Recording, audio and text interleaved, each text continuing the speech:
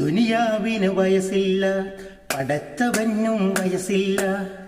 ദുനിയാവിന് വയസ്സില്ല, പടച്ചവനും വയസ്സില്ല.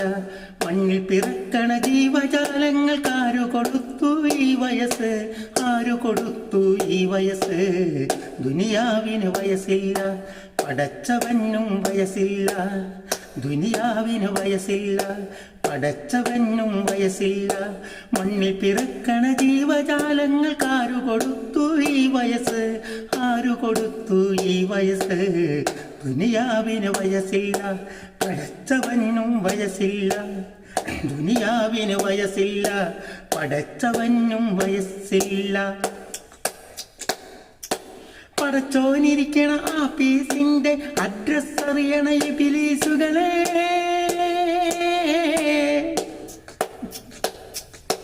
പടച്ചോനിരിക്കണ ആഫീസിന്റെ അഡ്രസ് അറിയണ ഇബിലീസുകളെ. മനുഷ്യനു മജ്ജത്തില്ലാണ്ടാക്കണ മിഷനൊന്നു പടച്ചൂടെ. മനുഷ്യനു മജ്ജത്തില്ലാണ്ടാക്കണ മിഷനൊന്നു പടച്ചൂടെ. ദുനിയാവിന് വയസ്സില്ല, പടച്ചവനും വയസ്സില്ല. മണ്ണിൽ പിറക്കണ ജീവജാലങ്ങൾക്ക് ആരു കൊടുത്തു ഈ വയസ്സ്? ആരു കൊടുത്തു ഈ വയസ്സ്?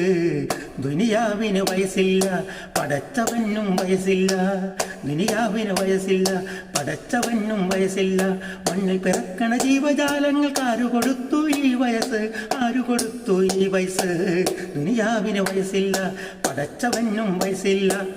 ദുനിയാവിന് വയസ്സില്ല, പടച്ചവനും വയസ്സില്ല. സോഷ്യൽ മീഡിയ കാരണം ഇന്നിപ്പോൾ ഒരു കുടുംബത്തിൻ്റെ ഒരു കുടുംബനാഥൻ നമ്മളെ വിട്ട് പിരിഞ്ഞിരിക്കുകയാണ്. സോഷ്യൽ മീഡിയയുടെ തെറ്റായ രീതിയിലുള്ള പ്രവർത്തനം ആ കുട്ടിക്ക് എന്ത് തോന്നിയാവോ? എന്തായിരുന്നാലും അത് വല്ലാത്തൊരു ചതിയായിപ്പോയി. ഇങ്ങനെയുള്ള ഒരു തീരുമാനങ്ങൾ എടുക്കുമ്പോൾ ഒന്ന് ചിന്തിക്കേണ്ടായിരുന്നു. സോഷ്യൽ മീഡിയയിൽ വൈറലാവാൻ ഇപ്പോൾ ഇതുപോലെ ഒരു ജീവൻ കളഞ്ഞിട്ട് വേണ്ട.